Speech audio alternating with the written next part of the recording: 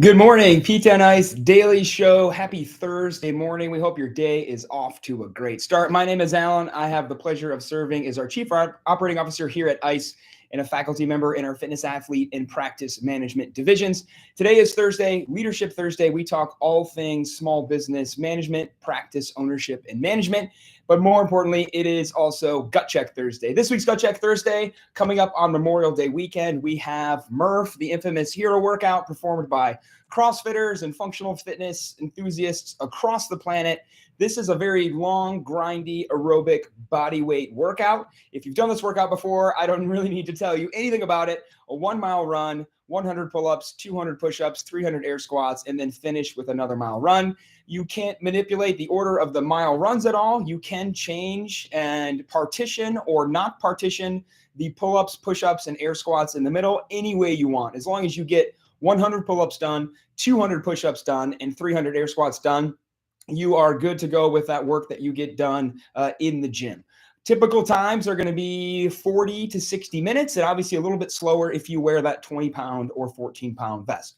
A lot of different ways to approach this workout. We have a lot of scaling options over on the Gut Check Thursday post on our Instagram account. But there are numerous ways to modify and scale this to get a really good workout in on Memorial Day before you head off to hopefully celebrate some barbecues, some beers, that sort of thing. Today, Leadership Thursday, what are we talking about? We are talking about things to look for if you are considering changing your job position. So we're going to talk about transparency, we're going to talk about pay, and we're going to talk about communications and leadership presence. Before we talk about the three things we think you should look for, the first thing I want to say is to understand, and we can have a lot of reservations about this. We can get in our head a lot about this. It is completely normal to change your job and even to change your job on a regular basis. The Bureau of Labor Statistics, it's a government agency that posts a bunch of data about really a wide variety of topics related to working in the workforce. They have data that shows the average person will change their job 12.4 times between the age of 18 and 54. So the average person is changing their job maybe as frequently as every year or maybe every 2 to 3 years. So I think that's really important to understand that it's normal to move on for whatever reason that you feel like it's normal to move on. Often we can encounter a lot of shame, a lot of pushback of, I can't believe you're going to leave, who's going to treat all of these patients, so on and so forth. But we need to recognize that that is not your problem and that it is normal to want to move on, again, for whatever reason you feel like you need to move on. A different schedule, more flexibility, less work, more pay, different location, whatever. It is normal to change your job positions. About 30% of all Americans change their job each and every year. And then why do we look at that? All the reasons that we think about in the profession of physical therapy are the same across other industries. 80% of people leave a position because they feel like they are burned out. 70% feel like work is overtaking every aspect of their life. They're losing that balance between work and personal life. And then about 50% leave because they believe they are overworked or underpaid or both. And certainly in the profession of physical therapy, we can relate to that. Before we talk about transparency, pay, and communication, the other thing I'll say is that as we get into these topics, it is in your best interest, and I cannot reinforce this enough, that whatever you discuss, whatever is told to you in words, should go into writing. And any unwillingness about specific details of your job tasks, of productivity, of pay, of time off, of other benefits, so on and so forth, anything related to the fine details of this position you might be considering should go into writing.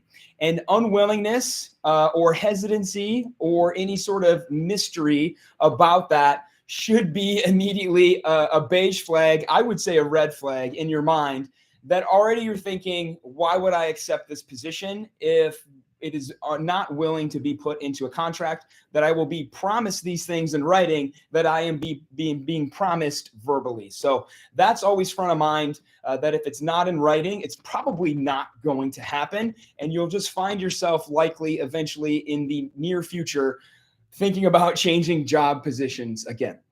So getting into our first point, The most important thing, I believe, related to perceiving a job position to be a good fit is transparency.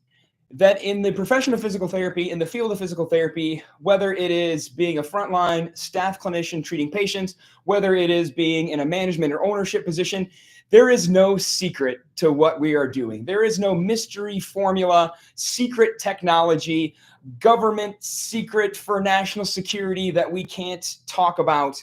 That transparency rules the day, especially in a profession like ours, a healthcare profession, a medical profession, a graduate level, doctorate level profession. Transparency should be there in all things. How are people paid? What are they paid?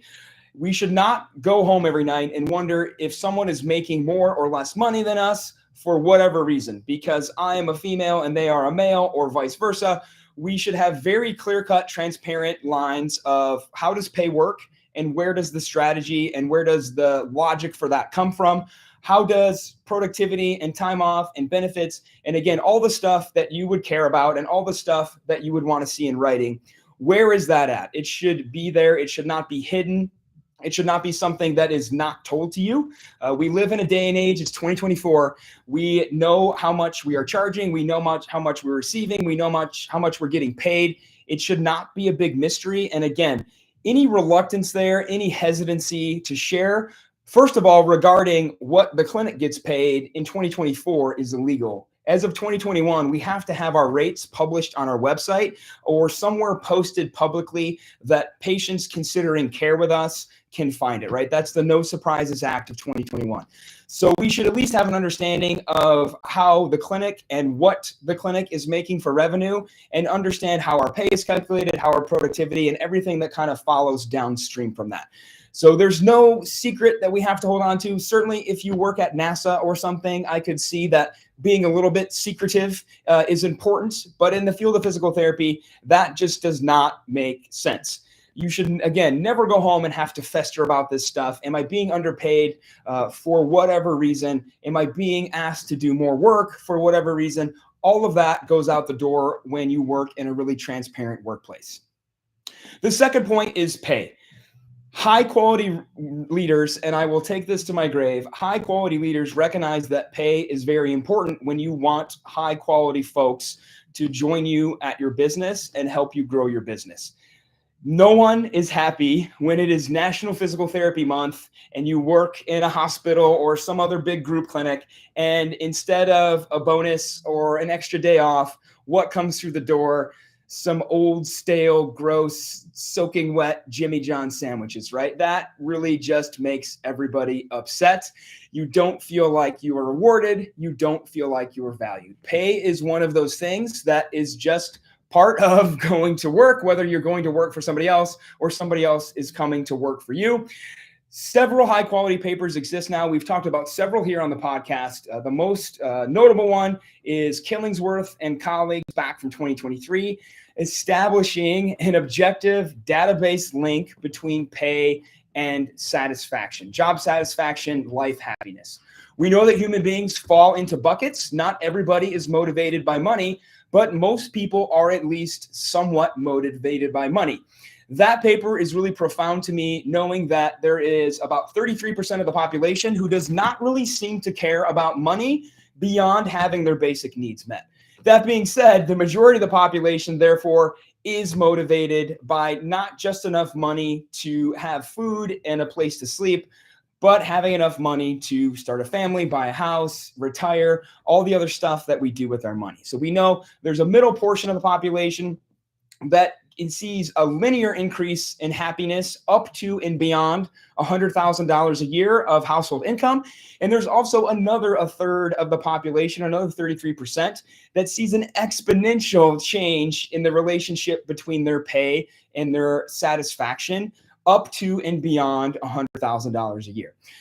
We've said it here 1,000 times. We won't beat the horse too much here today, but pay matters. And in specific, if you're not getting a raise every year, you are taking a pay cut. So pay should be one of those things that's included in transparency, and it should be a big factor. And it should not be a thing that is a mystery when you're looking for a new position. You're not quite sure how it works.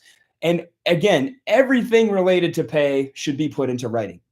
We talk to a lot of people who are presented a salary or an hourly or a per visit or whatever pay scale that then find out later, oh, by the way, that's based on X productivity. And because you did not hit X productivity, you are now being paid Y instead of Z. We see this often related to a percentage of arrival, that if only 90% of your patients showed up this week, you only receive 90% of that promised salary, for example. So be really careful, ask a lot of questions about pay, and make sure that stuff goes into writing, because if it's not in writing, again, it's probably not going to actually happen when you accept that position and you begin working. And the final thing here is communication and presence of leadership. I think communication is really important. I think we can over communicate. We can have a lot of meetings that are maybe seen as wasting time. But I also think a lot of workplaces, a lot of communication between owners or managers and staff clinicians does not happen often enough. There is no inclusion of the other people that work at the facility, of hiring somebody else. Is that person not only a good fit for the clinic, but is that person a good fit with everybody else who works at the clinic?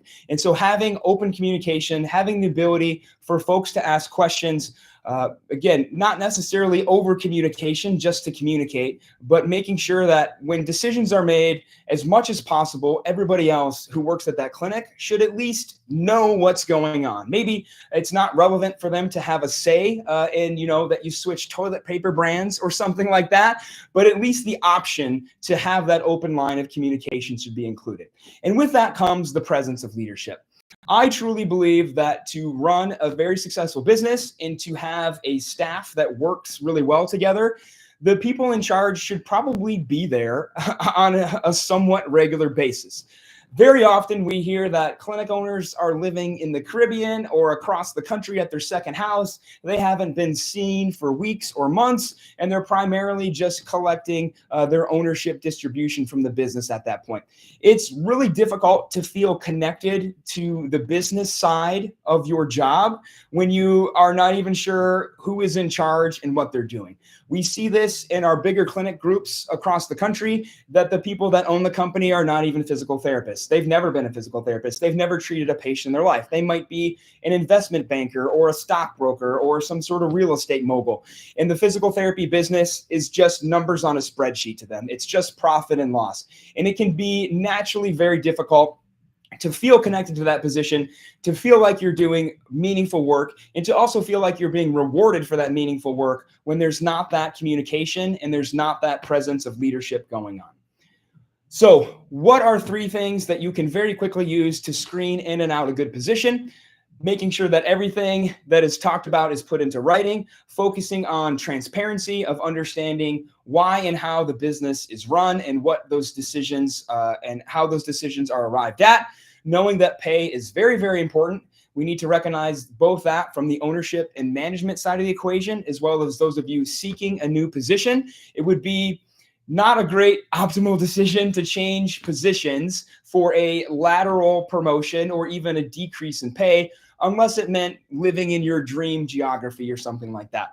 And then the final point, communication is important. Having open lines of communication with ownership, with leadership, both ways, having a say in important decisions, or at least being able to voice your thoughts on the matter, and having active presence of your leadership and ownership in the actual business. When is the last time the clinic director or the clinic owner has maybe even been in the same state that their clinic is in? Those are all important things to consider. So we hope this was helpful. We'll hope you have a wonderful Thursday. Have a fantastic Memorial Day weekend. Have fun with Murph.